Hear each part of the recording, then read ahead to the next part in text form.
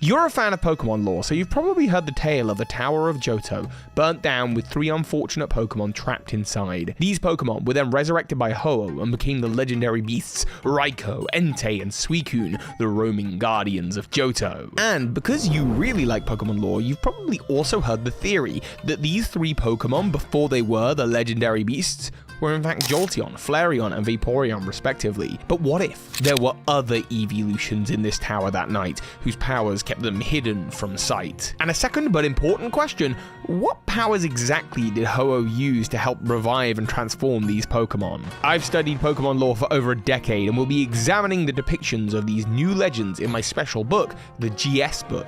And I'm Cup of Fee, a Fakemon artist and cryptopokeologist. And Toby, we're gonna be late for the show. The show? We've got to get going!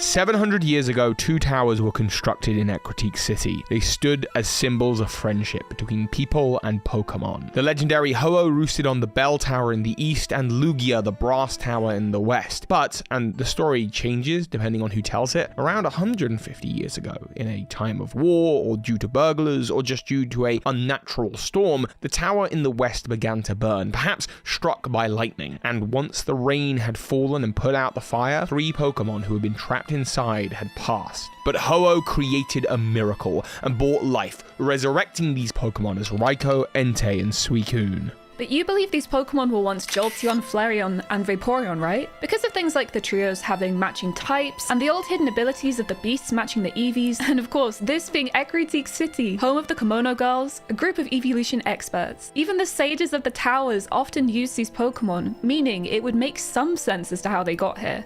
Right. But what's all this about other Eeveelutions becoming beasts? You said you were going to show me that book of yours. The GS book? Where did you even find that? Wouldn't you like to know? I would. Look, right here we have a depiction of another legendary beast. Gesturio. This Pokemon is the Night Hero Pokemon, and its name comes from moon and hero, and much like how Raikou represents the bolts of lightning that hit the tower, Entei the fire that engulfed it, and Suicune the rain that put out those fires, Gesturio represents the fateful night it all happened. I think its Pokédex entry would say something like this. On nights of great terror, this Pokemon is said to appear and deliver its dark justice. For many, it represents the only light in the dark. Clearly, this is an Umbreon resurrected, and it would have the synchronized hidden ability, just as it did in life. Wait. This is so odd. I found a page just like that in my time studying cryptopokeology. Hey, keep it down! We're trying to watch the show here! Sorry, wait, this is so odd. In my time studying cryptopokeology, I found a page just like that. But for a Pokemon I imagine could be a beast variant of Espeon. Wait, where did you find that? Wouldn't you like to know? Oh, I would. This is Tyroko, the Sun Emperor Pokemon. It represents the sun that rose on a new day, and it too has synchronized as its hidden ability. This Pokemon is tuned into the callings of psychic energy coming from the ruins of Alph, and there's even a Pokédex entry written here. When a sighting occurs, witnesses often report that day as being a day of great significance to them. Its portent abilities shift people's day away from calamity. I bet it communicates directly with the Unown, just like Suicune. You know, it's really interesting, because the Unown actually have a connection to Suicune. A sage once told me that Suicune is the sort of leader of the legendary trio, and it has a special communication with the Unown. But to anyone who hasn't spoken to this sage, the lore is largely unknown. That's why I brought us here. The Burnt Tower. Yeah, this is a bummer place for our date. There's a real feeling of death and sadness here.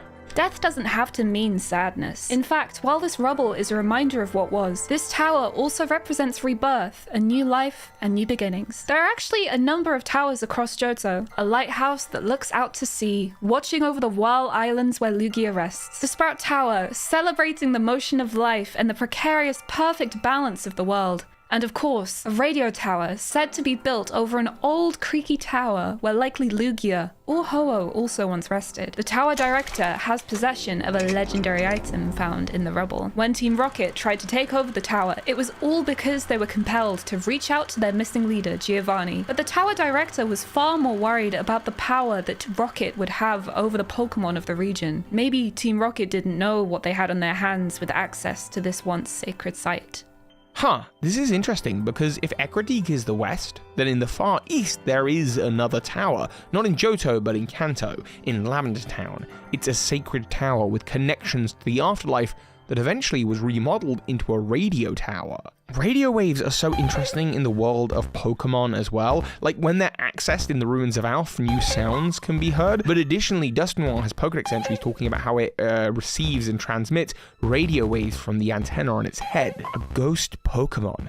How does all this tie into the beasts through radio waves, departed Pokemon, and towers?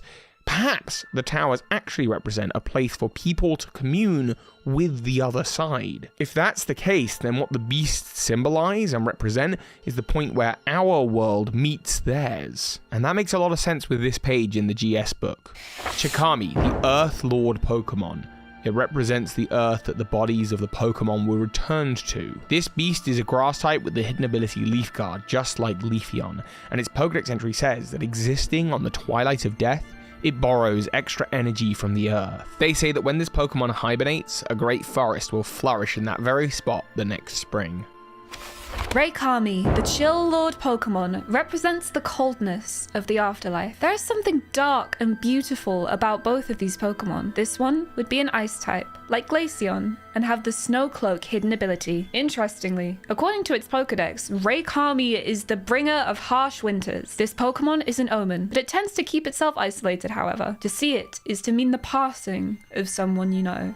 That said, those who have lived to tell the tale report it rolling through the slush and snow, perfectly happy. Some think it's playing with spirits.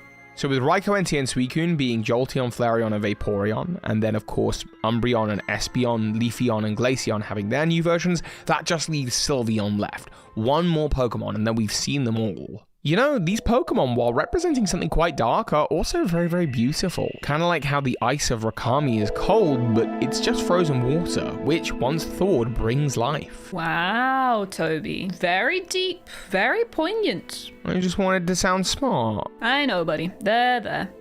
Hey, what's the deal with the book, by the way? It kind of reminds me of the Scarlet and Violet books found in Paldea. I thought you didn't like those games.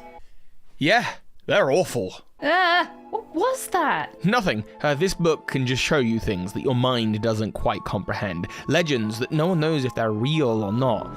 Remember in the Scarlet book, there was that fusion of Raikou, Entei, and Suicune, which turned out to be the inspiration for Walking Wake, Gouging Fire, and Raging Bolt? Those three Pokemon had lore that did not match up with that of the Beasts of Johto at all, with the book that they were drawn in fact being older than the burning of the tower. With the tower burning down 150 years prior to Gold and Silver, but the Scarlet book being written 200 years earlier than Scarlet and Violet.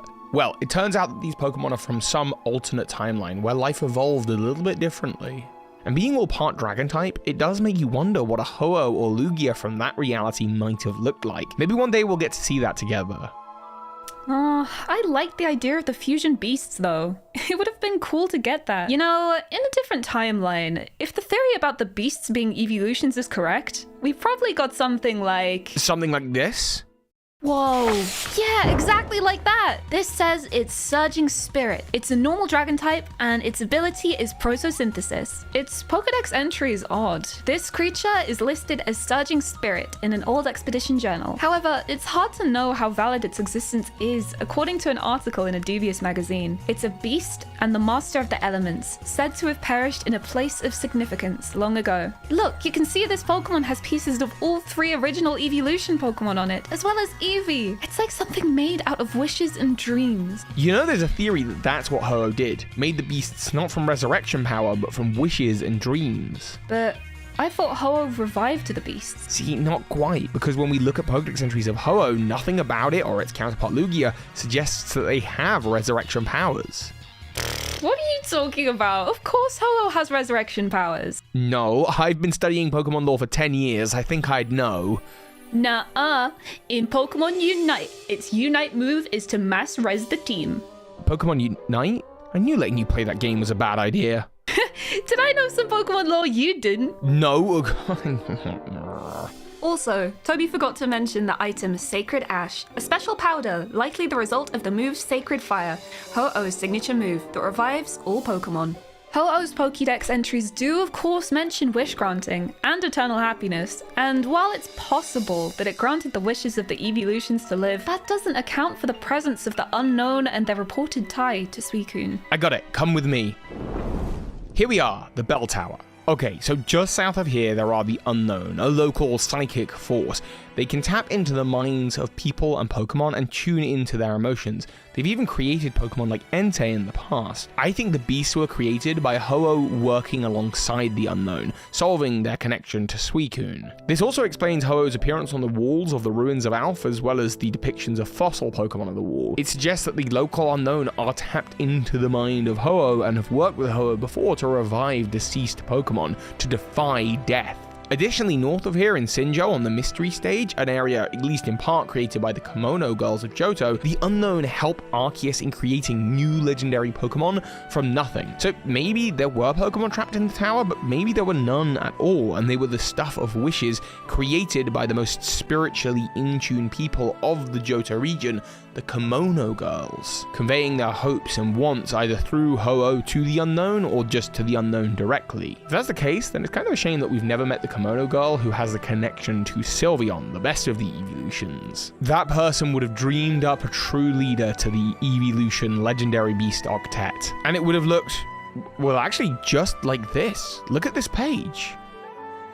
Mahiro. The fairy hero Pokemon represents new spirit and new hope. It has the cute charm hidden ability. According to its Pokedex, this Pokemon shrouded its friends in a protective mist, just long enough to see them reborn anew. Some say that for this Pokemon, wherever it goes, impossible things happen. It looks amazing. I love its design. Yeah, the artist notice here is explorer Alex Allen. I don't know who that is, but they sound amazing. Hey, Toby. Yeah, hun? Why didn't you commission me to draw these? Okay, listen up. I'm a cryptopokeologist, and I'm here to help that guy over there uncover the secret of this GS book. If you're interested in my solo work, I am the lady who discovered the Blood Moon Lilligant right here in Ekritik City. So go to the Cup of Fee YouTube channel for more lore-heavy Fakemon videos. Hop on over using the link in the description or around here somewhere. Thank you. Cup of Fee out. A shout out to my patrons and members, of which there are 147 of you. 147 is Dratini, but rumor has it by next video, there could be over 150.